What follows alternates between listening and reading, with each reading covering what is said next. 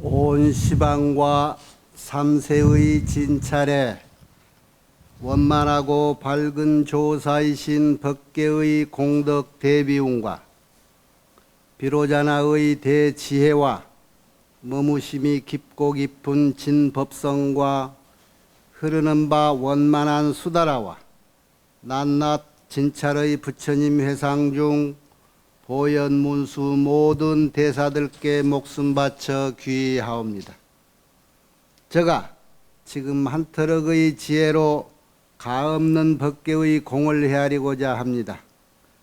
바라옵건대 삼보의 동체자비를 받들어서 말과 글귀마다 부처님의 뜻에 부합되게 하시고 법안이 항상 잘못 없게 하시며 온 중생계에 보현처럼 행하게 하시고 수승한 선을 되돌려서 많은 중생들을 적시어 보리의 상락과를 빨리 얻게 하소서.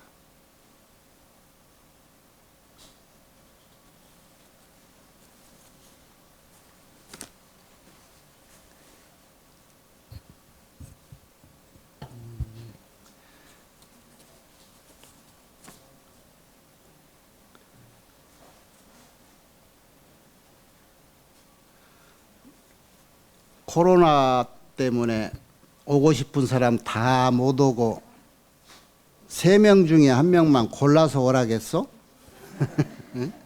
지금 30%? 30%만 오라겠지요?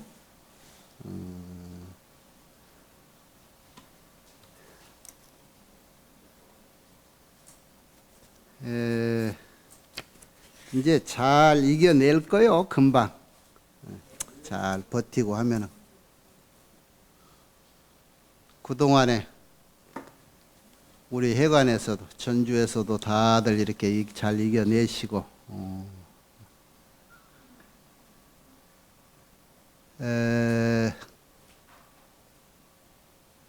선제동자라는 이 수행자를 주인공으로 이렇게 선택해서 우리가 나도 부처가 돼야 되겠다라고 발심할 때부터 부처님 될 때까지는 적어도 이런 정도의 수행 절차가 필요하다. 어떻게 보면 그게 단계적일 수도 있고, 그래서 부처님의 깨달은 부처님이라 한 분은 어떤 분인가 하는 진솔한 내용은 이 앞에 다 설했고, 이제 입법계품이라 해서 어떻게 보면은 늘 얘기하지만 이 입법계품 자체가 화엄경이기도 해요. 그래서 이제 쉬운 3분, 원래 쉬운 4분인데 같은 사람 2번 만나고 또 한 번은 2사람을 한 군데서 같이 만나고 그래서 53선지식이라고 그러죠. 첫 선지식을 문수보살께서 이제 이렇게 공부를 네가 하려고 마음을 냈으니까 내가 선지식을 추천해 주겠다. 이리 가면은 덕운 스님이라는 큰 공부 잘한 비구 스님이 있는데 거기 가서 네가 궁금해야 하는 공부를 물어라 이렇게 얘기해 주고, 그 다음에 이제 그 덕운 비구, 덕운 스님이 첫 번째 선지식인데, 그 다음에 덕운 스님한테 법을 묻고 덕운 스님이 그 많은 공부 중에 나는 이 부분을 주로 공부했다라고 해서 겸손의 말씀으로 한 가지만 얘기해 주고, 또 어디로 가면은 아무개 스님이 있을 거니까 그쪽에 가면 또 좋은 법문을 해주실 거다. 그러고 해서 자꾸 소개를 해줘요. 50차례를 넘게 이렇게 선제돈자가 구법 행위를 합니다. 이제 이게 우리의 법계품이. 오늘은 이제 그동안에 자꾸 문수보살이 부처님한테 고별 인사를 하고 물러나서 자기를 따라오는 대중들하고 이렇게 남행을 하시다가 복성에 갔더니 거기에서 또 500 동남 동녀들 만나는 중에 그 500 동자 중에 선제 동자가 있었죠. 근데 선제 동자를 자세히 보니까 이 사람이 이 복동이는 이름이 복동이가 아니라 복덩이지. 복덩이야. 복동이가 복으로 뭉쳐진 놈을 복덩이라고 하는데 그 복덩이는 멀리서 봐도 이렇게 눈에 띄어요. 궁계 일학이라 학문이 뛰어난 사람도 학자들 틈에서 보면은 학문 뛰어난 사람 뛰어나고 복 있는 사람 중에서도 그 중에서도 복덩이가 또 이렇게 눈에 띄고 그래서 문수보살이 그 복덩이 선제동자를 이렇게 관을 하니까 이놈이 태어날 때부터 이렇게 복을 받고 태어났구나 하는 것을 이렇게 쫙 관찰을 해. 앞서 얘기했듯이 선제동자 임신해서부터 그 집안에 그냥 온 행운이 그렇게 막 쏟아졌잖아요. 그 집안에 좋은 며느리가 들어와서 손자가 생기면은 복동이 손자가 생기면은 가 임신할 때부터 가 낳아주기 위한 며느리 들어오면서부터 집안에 좋은 일이 막 일어나는 거야. 현실에 다 그러죠? 그런 며느리들 다 얻었죠, 여러분? 대답 없는 사람은 딸만 낳는가? 이 세상의 복이라는 것은요, 우리 눈에 보이지 않는데 과거에 알게 모르게 다 쌓아진 거예요. 그 쌓아져서 왔기 때문에 그 힘이 굉장해요. 큰 복은. 그래서 머리로 아무리 영리한 사람이 머리로 재량껏 계산을 잘해서 남는 장사를 한다고 해도 복 있는 사람 못 따라가. 하투치기 할 때 그런 다음에 하투치기 할 때 고수도 할 때 머리 잘 구린 사람이 패 딱 들면 저 사람 이 사람 무슨 패든지 다 아는데 지패가 들어야 그것을 해먹을 거 아니라. 그렇듯이 이 복독종자를 지혜종자가 못 이긴다는 거예요.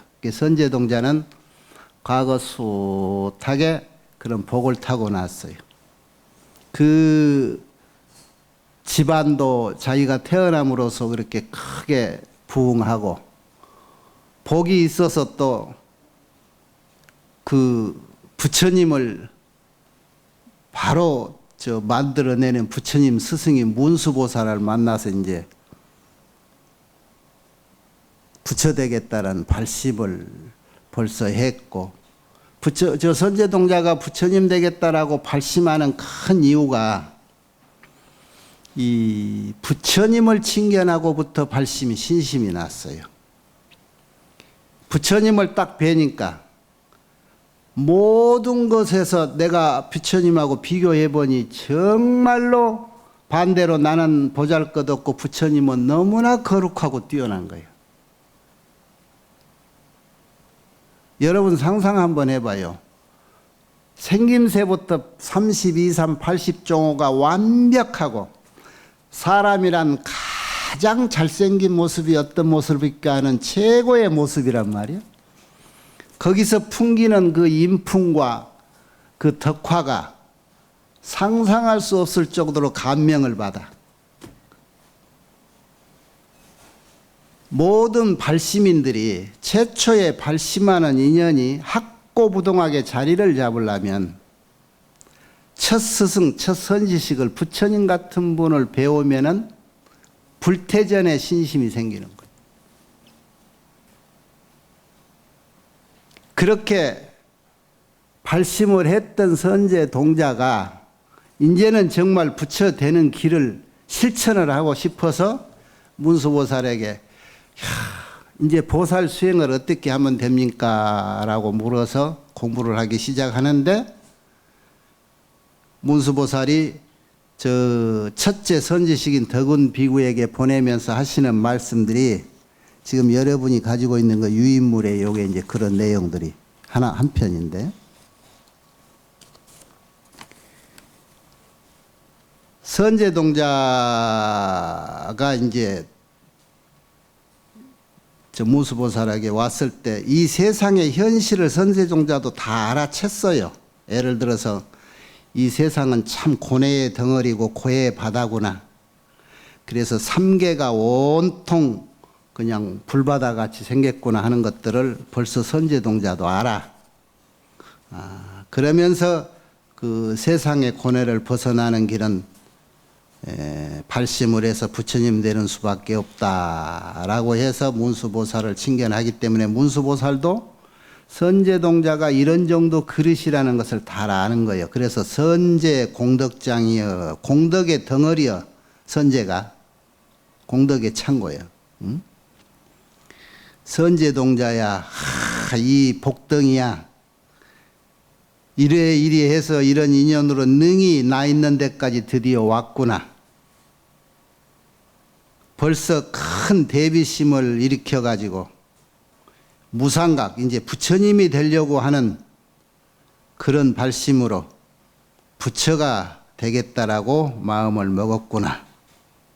근구, 무상각이라는 게 부처지요. 더 이상 이룰 수 없는 깨달음은 부처를 구하러 왔구나. 그런 마음을 먹었구나. 이렇게 착 보고 아시고. 이미 그러한 큰 광대한 원을 발했어. 자네가, 선제 그대가. 그 광대 원이라는 게 뭘까?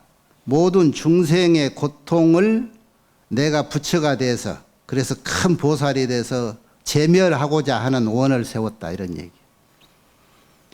내가 부처가 되고자 하는 그 발심의 근원은 무엇인가 부처가 돼서 그 능력을 가지고 해야 되겠다라고 하는 목적이 있는 거예요. 그런데 그 목적이 모든 중생들의 구원이란 말이에요. 그게 제멸중생고야. 중생의 고통을 내가 제멸해 주겠다라는 근본 원을 서원, 맹설을 하고 부처가 그래서 돼야 되겠다라는 원을 세우게 된다. 그것이 광대원이란 말이에요. 그래서 그런 원을 세우고 모든 세간을 위해서 널리라고 하는 것은 하나도 빠짐없이라고 하는 말이 들어가겠죠. 차별 없이 모든 세간을 위해서, 세간 중생들을 위해서 수행 보살행, 보살행을 수행하려고 하는구나. 이렇게 알아. 그러니까 아까 말했듯이 부처가 되고자 하는 것은 중생을 구제하고자 하는 보살심으로부터 시작이 된 거다. 이런 얘기예요. 발심이. 자, 그렇다면 보살이라는 것은 어떤 마음가짐으로 수행을 하게 되는가? 야규 제보살이 만일에 이렇게 발심한 모든 보살들이 불염생사고, 생사라고, 생로병사라고 하는 그 고통을 싫어하지 않는다면 곧 보현도를 갖추어서 일체가 그 누구든지 그 무엇이든지 그 생사고를 싫어하지 않고 보살행을 하겠다라고 하는 발심한 원력 보살을 무능계란 능히 무너뜨릴 수 없을 것이로다. 이게 중요 대목인데, 보살이, 이 보살은 뭐예요? 아까 부처가 되으려고 발심을 해서 바람일을 행하는 자가 보살이죠. 그런 보살이 중생을 제도하기 위해서는 생사고에 같이 복류를 해야 돼.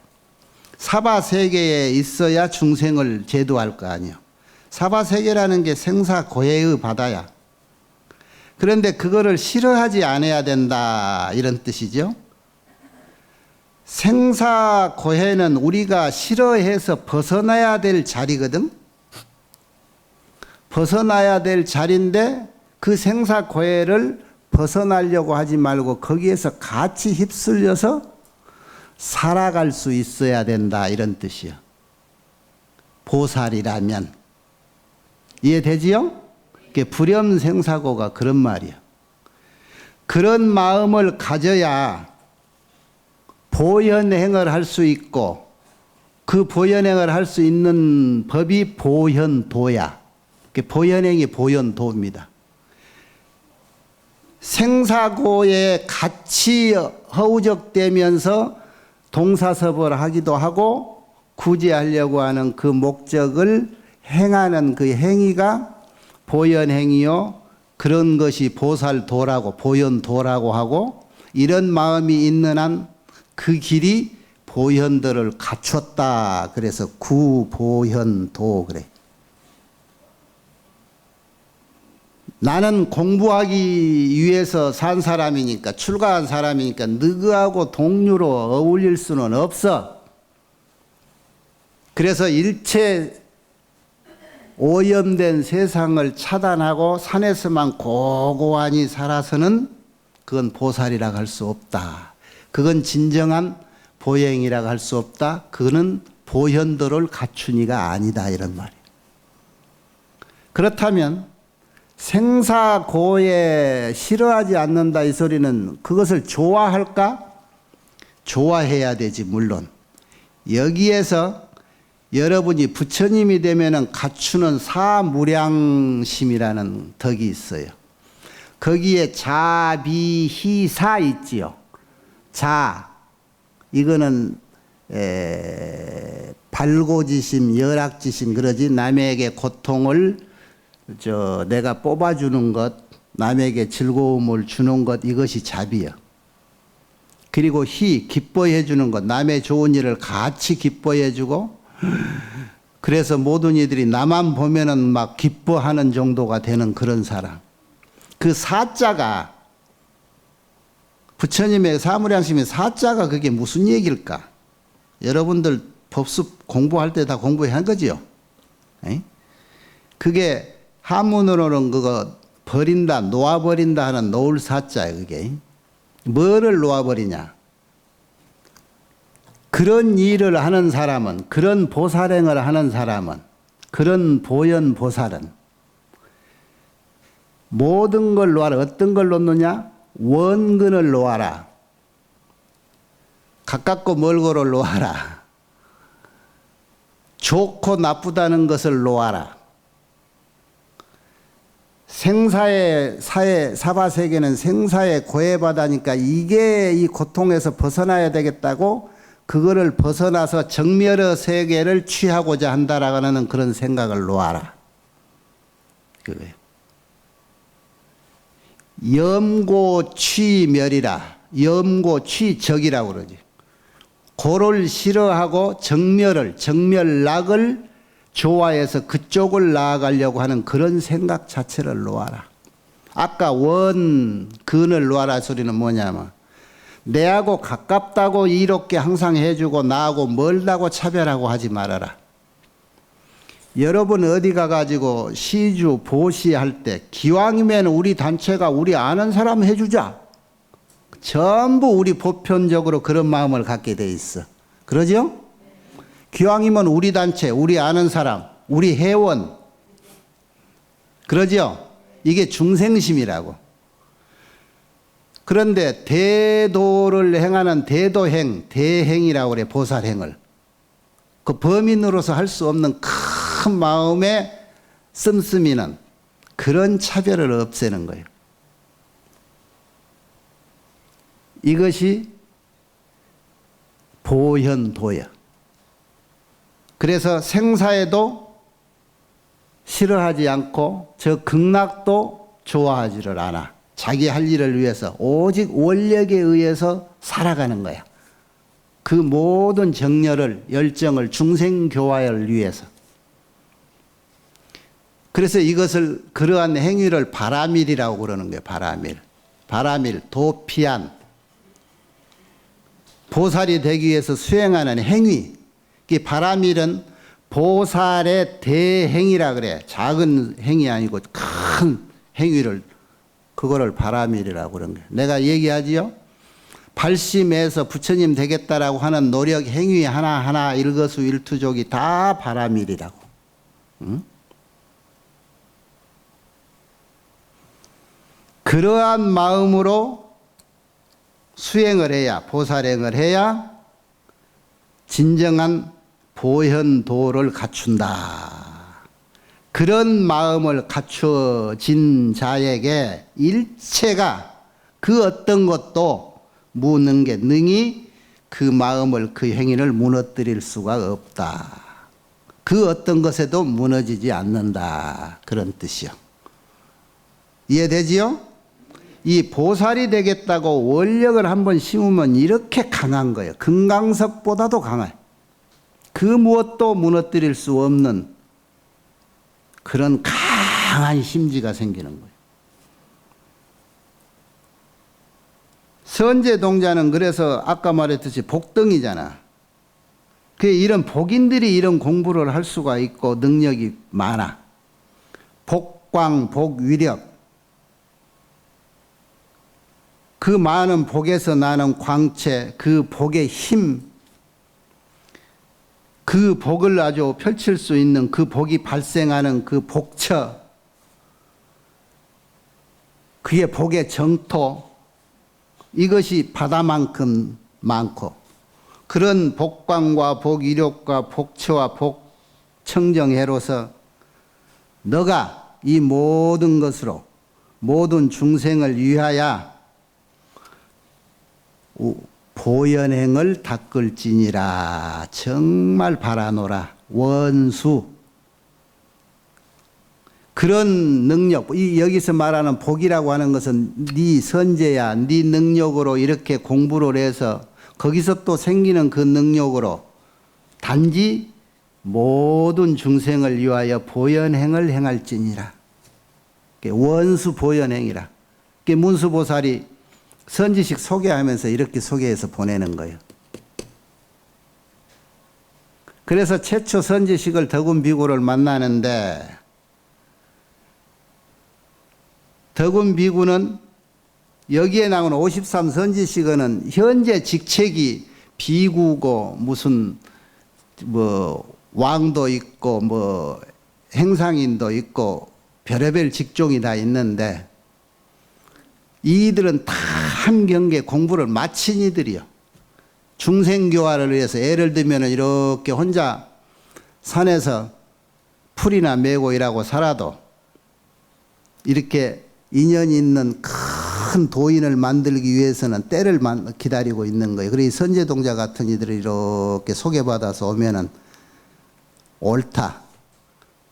100명을 초심부터 가리키려서 세월이 아승직업이 가야 되는데, 이렇게 근기가 무르익은 자가 딱 때를 맞춰서 와서 내가 한마디 일러주면 천을 알고 갈 수 있는 그런 근기를 만난 그 시점을 만나는 거잖아. 기다리고 있는 거잖아. 그 선제동자가 오니까 옳다. 이 중에 얘한테는 이것이 최고로구나 하고 그 근기에 맞는 방편을 탁 하나 튕겨주는 거예요. 그 덕운비구가 튕겨주는 법문이 뭐냐. 내가 그동안에 공부는 다 했는데 너에게 알려주고 싶은 가장 중요한 것은 뭐냐. 부처님 모시는 법이다. 그래서 부처님 모시는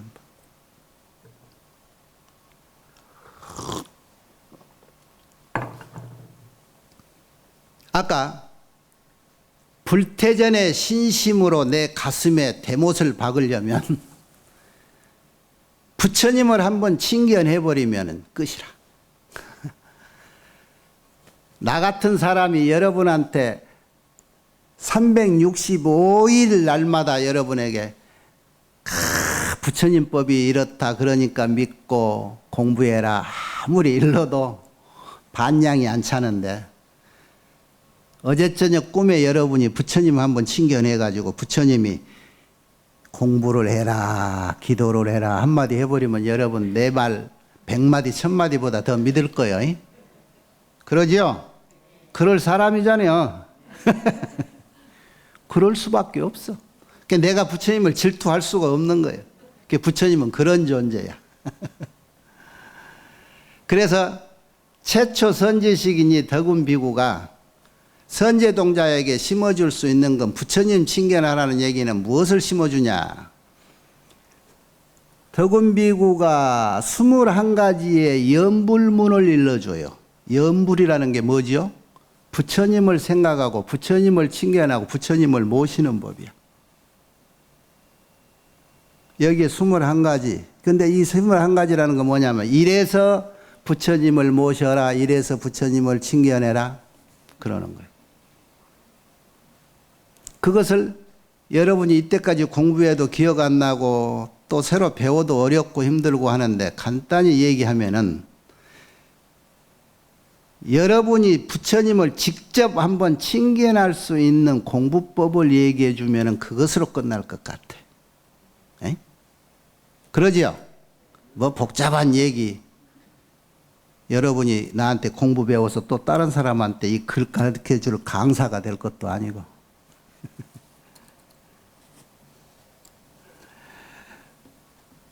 덕운 비구가 선제동자가 와가지고 이제 의식을 향하고 이렇게 성자가 계신다고 문수보살이 이렇게 가락에서 왔습니다.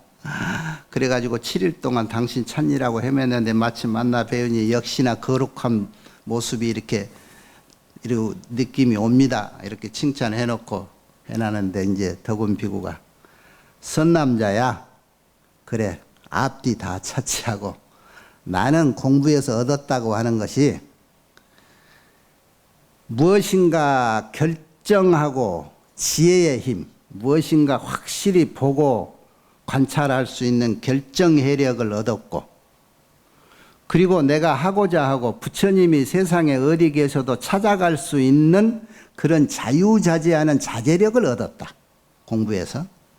그러니까 세상에 주로 내가 하는 것이 시방세계에 부처님이 어디 계신다 그러면 내가 가서 칭견하고 싶다 그러면은 그 칭견하고 싶어서 가는 그 자유를 빼앗는 모든 장애물을 극복할 수 있는 정도의 힘은 나는 얻었다. 그러면 됐지? 안 그래요, 여러분? 내 주변에 지금 뭐 사소한 여건들이 얼마나 많아. 오늘 세 번째 일요일 불교회관에 공부하러 가야 되는데 아침부터 그냥 자식, 손자, 며느리들이 오늘 어머니, 오늘 아버지 꼭 오늘 회관에 가야 되니까 오늘 한번 빠지면 안 됩니까? 내가 좀 뭐 해야 되는데 어머니 집 좀 봐주면 안 됩니까? 손자 좀 봐주면 안 됩니까? 이런 게 일종이 다 장애들이야. 그런데 자기가 마음 먹고 부처님 칭견하고 부처님 법문 들으러 가야 되겠다라고 마음 먹으면 얼마든지 할 수 있는 그런 여건은 다 갖췄다. 이게 자제력이야. 그동안에 수행해서 공부해서 뭐 다른 공부도 다 월등히 다 되니까 이게 가능하지. 뭐 요즘 현실적으로 사회적으로 이런 큰 법문 들으러 간다든가 어디에서 큰 부처님이 오셨다든가 이렇게 할 때 갈 수 있는 여건 뭐 여비도 기본으로 좀 돼야 될 거고 어울리는 도반도 있어야 될 것이고 찾아갈 수 있는 내 건강도 좀 있어야 될 거고 이런 정도를 갖췄다 이런 얘기야.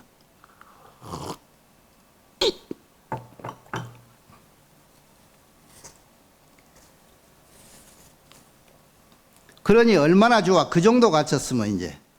그래서 내가 알려줄 수 있는 얘기는 다시 얘기하지만은 신심을 확고히 해야 되는데 최초에 그 누가 뭐라해도 그냥 입에 발린 이 사이비들 그냥 감언 이설에 넘어가지 않으려면은 굳건한 신심이 바탕이 돼서 누가 뭐라해도 흔들림이 없이 오로지 처음 올력 세운 그 길로 부처님이 되겠다는 그 길로 가야 된단 말이에요. 그러기 위해서 신심을 갖춰주는 법문으로 아까 말했듯이 부처님을 칭견하게 할 수밖에 없다. 그래서 염불, 부처님을 엉념해라, 기억하고 부처님을 칭견해라. 그렇게 일러주는 거예요. 그래서 부처님 칭견하고 부처님 모습만 봐도 감명받고 그리고 부처님이 설법하는 그 법문까지 듣는다면 얼마나 좋겠어.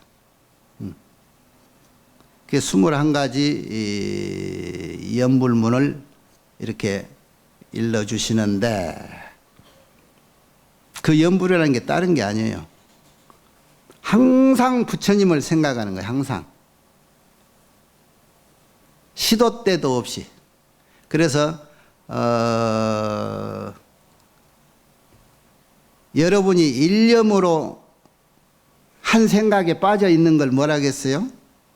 삼매라고 그랬죠. 삼매. 연불을 하면은 연불삼매에 들어야 되고, 그걸 일행삼매라고 하는데, 한 가지 행에, 생각을 한 가지 행에다가 두고 모든 것을 잊어버리고 100%의 내 정신력을, 내 마음을 한 덩어리로 하나로 딱 뭉쳐져 있는 상태를 삼매라고 그랬죠.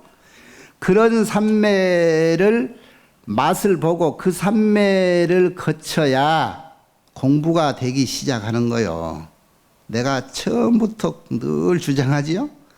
무엇인가 한 뿌리를 한번 맛을 봐야 돼. 그 삼매를. 하두를 스님들, 선방의 스님들 공부하는 것도 하두하는 것도, 그 하두라는 것은 허상, 아무것도 아닌 것을 구심점으로 두고 이거를 파헤쳐라 그래서 하두를 든단 말이야. 그게 뭐예요? 정신을 그 하나에 몰입하는 훈련이에요. 그게 참선한다는 것이.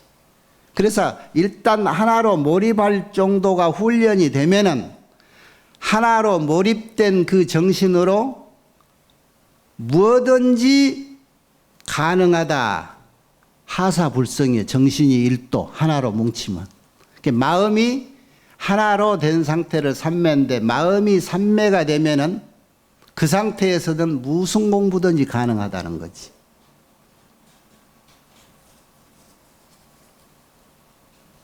여기서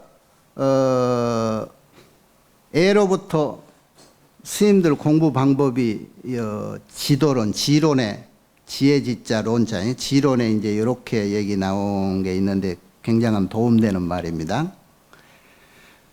보살은 뭐요? 이런 수행자는 이런 얘기요. 보살은 바냐바라밀로 어머니를 삼고 반주삼매로 아버지를 삼는다. 그래서 부처님을 의지하여 바야흐로 나머지의 수승한 행위를 완성시킨다. 바냐바라밀로 어머니를 삼아 수행자가, 그리고 반주삼매로 아버지를 삼는다. 바냐바라밀 많이 들었죠? 육바라밀 중에 지혜바라밀이란 말이에요. 지혜바라밀로 어머니를 삼는다는 것은 아까 말했듯이 바라밀이라고 하는 것은 큰 마음을 실행에 옮기는 행위란 말이에요. 지혜스러운 보현 행위가 그게 바냐바라밀이에요. 지혜롭게 삿되지 않고 정도로 모든 보살행을 하고 있는 행위를 바냐바라밀이라고 해요. 그렇게 정진하는 거예요. 예? 반주삼매로 아버지를 삼는다.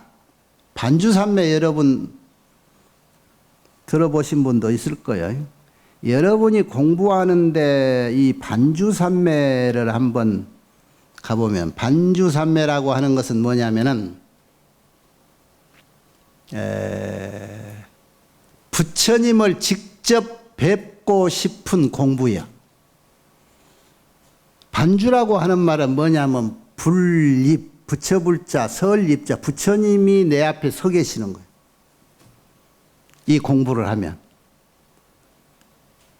상행도라, 항상 간단히 없이, 간극이 없이 마음을 끊기지 않게 꾸준하게 부처님을 칭견하겠다는 그 일념으로 억념, 머리에다 칵 채워서 기도를 해.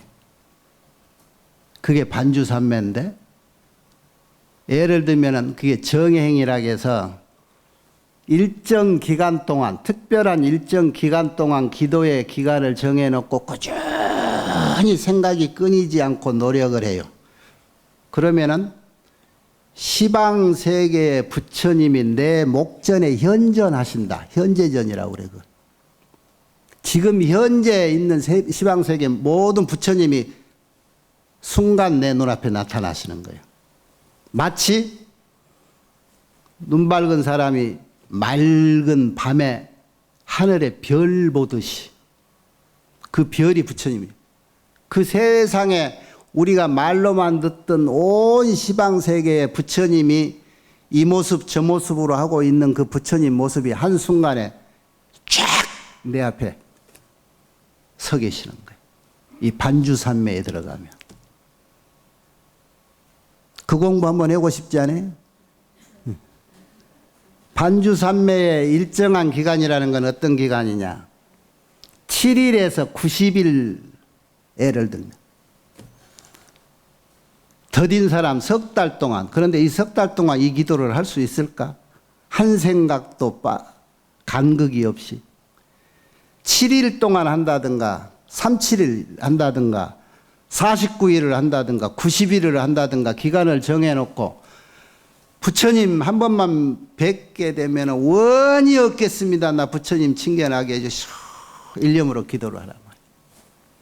나이 드신 분이 이거저거 다 제치고 나는 내가 가고자 하는 날 극락세계 가고 싶다. 아미타불 친견하고 싶습니다. 그러면 일념으로 나무 아미타불 나무 아미타불 하듯이 이렇게 하는 거예요. 그거를 시간을 정해놓고 정갈하니 기도하는 마음으로.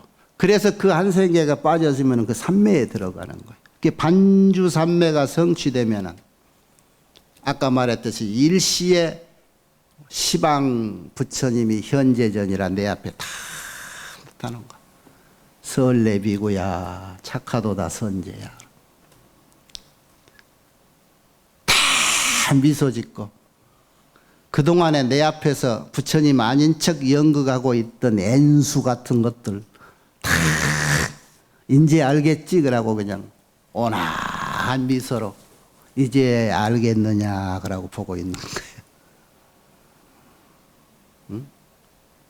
야광의 백년사 마당에서 구름 없는 날 하늘 보면 별이 쏟아지듯이 부처님 그러고 쳐다보고 웃고 그러고 있는 거라고.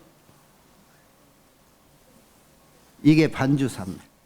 이런 반주삼매를 아비로 삼으면 그래서 그렇게 한번 칭견하는 그 부처님을 의존해서 의불, 방성여승행이라 바야흐로 나머지의 수승한 바람일행을 완성할 수 있다. 이룰 수가 있다. 그랬어. 그래서 덕운비구가 최초에 부처님 칭견할 수 있는 법으로 이렇게 연불을 해라. 연불문을 일러주신 거예요. 그래서 당신이 직접 해준 얘기로 이 덕운비구는 항상 부처님 칭견한 것을 업으로 알고 행으로 알고 칭견만 하겠어? 눈에 띄면 부처님이니까 모시겠지? 그래서 항상 모시고 칭견하고 멀리서 외경하고 법문 듣고 일상이 그래서 상행도에 항상 한 마음으로 간극 없이 그렇게 하는 거예요. 어디라도 부처님 계신다고 하면 왕래 시방 일체 국토에 다 빠짐없이 가서 공양한다. 부처님을 공경하고 공양한다. 나는 항상 상념 일체 제불열애라 모든 일체 제불열애를 생각하고 있다. 생각만 하겠어? 총지 일체 제불 정법이라. 그리고 모든 일체 모든 시방 부처님의 정법을 항상 총지 지니고 산다. 나는. 그래서 항상 상견 일체 시방 제불을 항상 그래서 칭견하고 있다. 직접. 그래서 지금 이 덕운비구는 생각과 이 눈에 지금 부처님이 어떤 부처님 어디서 뭐하고 시방 부처님의 모든 경계를 다 보고 있어. 관찰을 해. 선제야 나는 그런다. 나머지 그것뿐인가? 한 부처님 세계가 아니고 동방에 1불, 2불, 10불, 100불, 1000불, 100억 나유타불을 칭견하고 모시고 공경한다. 동방만 서방, 남방, 북방, 상하, 시방 세계의 모든 불가수, 불가변, 무량, 무변, 무등, 불가사의, 불가량, 불가설 모든 내지 무진 부처님을 다 이렇게 칭견하고 항상 억념하고 기억하고 생각하고 일하고 산다. 물론 자네가 발심해서 부처 될 때까지 53 선지식을 살아가겠지만 내가 해줄 수 있는 얘기는 이렇게 부처님을 칭견하고 부처님 말씀을 믿고 그래라. 나머지 보살행을 하고 다니는 일체의 모든 사람들은 또 나와 같은 방법 외에 얼마나 많고 숱한 보현행이 있겠느냐?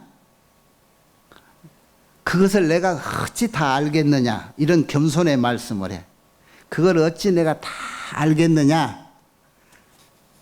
저쪽으로 또 남행을 계속 하다 보면은 이름이 그 나라 이름은 이제 바다해자 문문자 해문이라고 하는 나라가 있는데 거기에 한 수행하는 스님이 바다해자 구름자 해운 스님이 계시다. 거기 가서 나머지는 물어라. 그러고 겸손의 말씀으로 부처님 칭견하는 연불법만 그렇게 연불문만 일러주시고 다음 선지식을 소개를 해줘. 저 해운 스님한테 가면 또 너한테 맞는 좋은 법문을 해주실 거다. 그 성제동자는 이제부터는 처음 문수보살만 계속 따라다니고 공부하고 싶었기도 했겠지. 그런데 문수보살이 잘 타이르면서 세상은 이렇게 넓고 한량 없으니 다 나름 방면대로 처처에 그렇게 훌륭한 선지식들이 있느니라. 그 선식들이 다 너에게 네 공부 방법에 맞는 네 근기에 맞는 그런 방법을 다 알고 계실 거다. 그러니 이렇게 한 분 한 분 칭견해라. 우선 열이 가서 덕운 스님을 만나뵈라. 그래서 거기를 일러줬고 덕운 스님한테 가서는 이렇게 이게 지금 이제 이 경전이라는 것은 이 부처님 경전이 굉장히 논리적이고 지금 우리나라에도 많이 있고 요즘은 좀 공부 방법이 학자들이 좀 다릅니다만은 이 불교 경전은 이 토론 문화의 결정체예요. 그래서 여러분이 경을 보면은 굉장히 생략해야 될 말들도 그냥 이중 삼중으로 계속 겹치는 말들이 많이 있지요. 그런데 토론을 하다 보면은 그래서 그러니까 그 다음에는 하는 말을 할 수밖에 없어. 에? 그 근원을 자꾸 찾아가. 그 토론의 끄트머리에 결정된 말들이 이 경전으로 남아 있는 거예요. 그래서 지금도 옛날 인도 불교 문화라든가 지금 현재 티베트 문화 같은 게 그대로 살아 있는데 그이들은 계속 이 글자에 연연하지 않고 이 토론 문화로 늘 앉아서 토론을 해. 경전을 머릿속에 애워서 그 애워진 걸로 토론하고 해서 자꾸 수행의 단계가 올라가고 그러죠. 그러니까 금강경 같은 것도 부처님이 말했으면 그게 부처님 말일 뿐이지 그 말이 진실이라 아니다. 이게 이름뿐이다. 에? 이름이 금강반야 바라밀이지 실제로 금강반야 바라밀이 아니다. 이런 얘기는 토론 문화에서 나온 결정체예요. 그래서 모든 경전의 양이 그래서 조금 분량이 많아지고 그런 거. 그래서 가장 논리적이고 이 지구상의 어떤 책도 이 부처님 경전 불경만큼 논리적이고 완벽한 책들이 없어요. 나도 몇 번 얘기했지만 최초 출가할 때 저 동대 기숙사 백상원에서 한 달간 나무밥 얻어먹고 논팽이지다면서 한 권 한 권 빼보는 게 무슨 놈의 책이 이렇게 흠이 하나도 없는 완벽한 책이 있는가. 그랬더니 거기 있는 스님들이 이 책, 저 해인사라는 데 가면은 큰 기와집 안에 빼곡히 있다. 네 평생 봐도 못 다 본다 그러더라고. 그거 볼 수 있느냐? 그러니까는 머리 깎고 중되면 볼 수 있대. 그래서 그걸 내가 다 보려고 마음먹었더니 한 10년 보니까 다 볼 필요는 없더라고. 예? 그렇게 보고 재밌고 할 때는 있는데 또 한편으로 한눈 파니까 노는 것도 좋아서 이럭저럭 세월이 지금 한 50년을 흘렀는데 언제부턴가는 이런 것이 자꾸 가다듬어지니까 여러분한테도 이렇게 일러주고 싶어가지고 입이 간질간질해서 내 오늘까지라고 사는 거예요. 예? 이런 거 반주산매라는 공부법도 있구나. 모든 중생이 이렇게 발심해서 부처가 되고자 하는 마음은 일단 어디 흐트러지지 않게 붙잡아 놓고 봐야 되잖아. 그래서 최초 선지식을 문수보살이 이렇게 덕운비구한테 소개를 해준 거예요. 일단 부처님 칭견하고 발심하게 하려고. 부처님 칭견하는 방법은 다른 게 없어. 연불이라, 연불. 연불이라는 게 우리가 이렇게 입으로 부처님 명호 부르는 것도 연불이지만 부처님을 늘 생각하는 거예요. 그 생각이 다른 잡생각이 그 틈을 들어갈 수 없게끔 틈을 없애는 거예요. 이게 간극이 없다 그러죠. 무간단이라고 그래. 오직 그냥 분서, 자나깨나 부처님. 어떤 애들이 그냥 아이고 우리 어머니 그냥 자나깨나 부처님, 입도 부처님, 손도 부처님, 뭐든 그냥 부처님. 된장찌개 끓일 때도 부처님, 전기 밥솥에다 밥 얹어 놓을 때도 부처님 그런다고 애들이 불만인 것 같은 투정을 할 때가 있잖아요. 그렇게 돼야 곁에서 가까이 있는 사람이 볼 때 그 정도 돼야 그래도 여러분이 어디 가서 예수 믿으시오, 아이고 말 잘못했네, 뭐 믿으시오 이런 사위들이 와도 전혀 귀에 안 들어오고 예 하고 이렇게 쑥쑥 지나가는 그런 완벽한 신시민이 된다 이 말이야. 몸과 마음, 생각에 오로지 다른 것이 범접할 수 이만큼도 범접을 용납하지 않는 그런 불심으로 부처님만 생각하는, 부처님만 사모하는, 요즘 젊은 애들 사랑에 빠지면 지금 엄마 아버지 말도 귀에 안 들어오듯이 그렇게 한번 빠져보란 말이야. 이렇게 반주삼배에 한번 들어가 봐. 이 간극이 생기면은 마구니가, 마소라 해서 마구니가이라고 스며든다 그랬어. 마구니가. 저기 정명거사쯤 되면은 문수보살이 병문안 갔을 때, 아니 이 방 안에 나만한 노인이 이렇게 시자도 하나 없이라고 사요 텅 비었다고 그러니까 내가 시자 삼고 싶으면 일체 마구니 사이비들을 내가 다 시자로이라고 삼고 섭마라 해가지고 마구니를 내가 포섭해서 내 시자를 삼고 산다 그러시더니, 공부가 되면 이제 그런 능력이 다 있는 거예요. 공부가 되면. 근데 누가 뭐라 해도 여러분이 직접, 이제 나도 입 아프니까 여러분이 직접 부처님을 좀 뵙고 물어봐. 이때까지 저 불교회관에 평상이라는 스님이 있는데 부처님 대승경전이라고 화엄경을 놓고 강의를 하고 법문을 하면서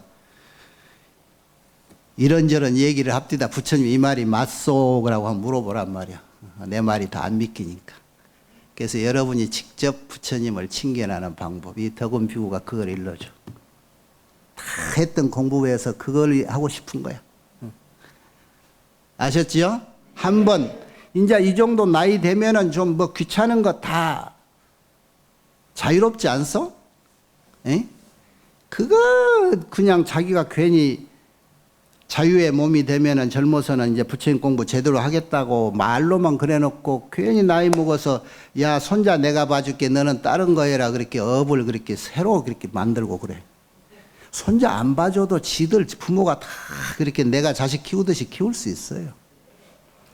그에 또 장점인 것이 나무손에 자식 키워놓으면요, 웬만큼 잘 키워줘도 잘 키워줘서 소리도 안 하잖아요. 요즘 젊은 사람들이 돈 좀 번다고 부부 맞벌이해서 애기들 유아원이나 어디 몇 개 놓으니까 제대로 키워줍니까?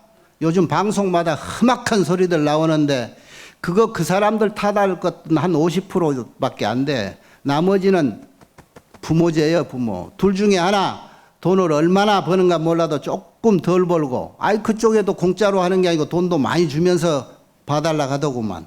에이? 그 당분간 야가 조금 클 수 있을 동안은 내가 가위바위보 해서든지 많이 번 사람이 직장을 다니고 적게 버는 사람이 키우든지 애를 좀 키웁시다. 자식이라고 하는 것은 한 부처님을 탄생시키는 건데 날 때도 개혁 없이 나가지고 그냥 태어나면서부터 몸을 긁고 태어난 놈들 그렇게 만들기를 않나. 원하지 않는 놈 태어났다고 그냥 갓난 애기를 그냥 내동댕이 치기는 지 애비 애미가 없지 않나. 에? 부처님. 야가 커서 부처 될 사람인데. 두 사람 중에 하나는 조금 적게 벌어서 굶어 죽지는 않을 거 아니라, 에이? 한 사람이 그래도 정성껏 자식으로 부처님 봉양하듯이 애들 키우는데요, 제일 중요한 것이 태어나서부터 67살까지 아니요. 머릿속에 입력시키고 말은 못해도 감정적에 심어주는 부모의 따스함, 이런 것들이 2~3살까지 가고 그 다음에 보고 듣고 하는 엄마 아빠 말할 때까지 67살까지 해서 딱 키워놓고 학교를 보내든가 해야지. 뭐가 그리 바빠서 돈 좀 벌어가지고 어디 감에 여행 가려고? 에? 요즘 백신 맞으면 괌에는 오라간다 해가지고 막 부지런히 백신 맞으려고 난리가 났더구만. 나 다음에 백신 맞는다고 연기해놨더니 서둘러 맞으려고 얘기하니까 이제는 들어갈 틈이 없더라고. 응? 왜 그런다냐 그러니까 아이 백신 맞으면 여행 간다고 하니까 그냥 우리나라 참 여행 못 가서 큰일인가 봐. 응? 자, 자기의 책임, 자기의 할 일이 그게 이제 부처님 돼가는 바람일 행위란 말이야. 애기 엄마는 애기 잘 키우고. 그래서 이제 애들 다 키워서 시집 장가 보내놨으면 그것 나머지까지 떠맡지 말고 여기 와서 집에 있으면은 간섭하는 놈이 많으면은 그냥 여기 와서라도 며칠 짜고라도 어디 반주 산맥 공부라도 한번 해보란 말이야. 한 일주일이라도 해봐요. 그 일주일 3일이라고는 안 써놨어. 일주일에서 90일이래. 도록을 하다 보면은 부처님 칭견할 수 있어요. 딱 칭견해봐. 밤하늘에 별 보듯이 부처님의 눈앞에 한번 상상만 해보세요. 응? 부처님의 눈앞에 딱 나타나서 아이고 경전에서만 봤던 서가모니 부처님, 비로자나 부처님, 간세음보살님, 아미타 부처님, 미륵 부처님, 이 부처님들이 그냥 싹하니 나타나. 막 코로나가 어딨어 몸에 있는 막 찌꺼기가 그냥 이 세포 이 털구멍 속으로 그냥 다 빠져나가 버리고 확 나서 오직 청정한 기운과 청정한 힘만 그냥 몸에 쫙 남아 있어. 눈이 밝아지고 귀가 밝아지고 상상만 해도 병이 다 낫겠는데. 에? 그러니까 입도 부처님 부르는 명호, 입은 부처님 명호, 귀는 부처님 명호, 머리는 부처님 생각, 몸뚱이는 부처님이라면 어떻게 할까? 오직 부처님으로 그냥 반해가지고 부처님의 아바타가 돼야 돼. 에이? 남이 뭐 줄게 뭐 해라 하는 흉내는 잘 내고 그러더만은 이 정도 되면은 이제 세상의 고진감래라고 그러잖아요. 가진 풍상을 우리가 다 겪어온 우리 아니요. 일때는 어디에 뭐라 해도 무너지지 않는데 공부 방법을 제대로 몰라서 그동안에 용맹정진을 못 해봤잖아요. 그러니까 이제는 공부 방법을 이런 법문 중에 택해서 집에서 문 걸어 잠궈 놓고라도 이라고 한번 해보면 그거 공부하는 동안에 밥 못 먹었다고 굶어 죽지는 않아. 나중에 공부가 제대로 되면은요. 아이고 이 몸뚱이는 살려놔야 다음 공부하겠다 싶으면 저기 신장들이 천사 보내가지고 다 천식 하늘 음식 보내주기도 하고 다 그러는 거예요. 그런 거에는 걱정 안 해도 돼. 요즘 먹고 못 먹어 죽을 그런 걱정, 공부하다 하는 사람이 못 먹어 죽을 그런 걱정은 안 해도 돼. 옛날 다 그저 오세아민이 뭐니 그렇게 어린 동자가 절 지키고 눈이 많아서 식량이 끊어지니까 관세음 보살이 와서 다 사람 시켜가지고 식량 가내주고 그랬잖아요. 기도하고 공부하는 사람은 그런 걱정 안 해도 된다 이런 얘기예요. 그 잡스런 생각, 이것이 번뇌라 이게 번뇌. 오늘은 여기까지 하겠습니다.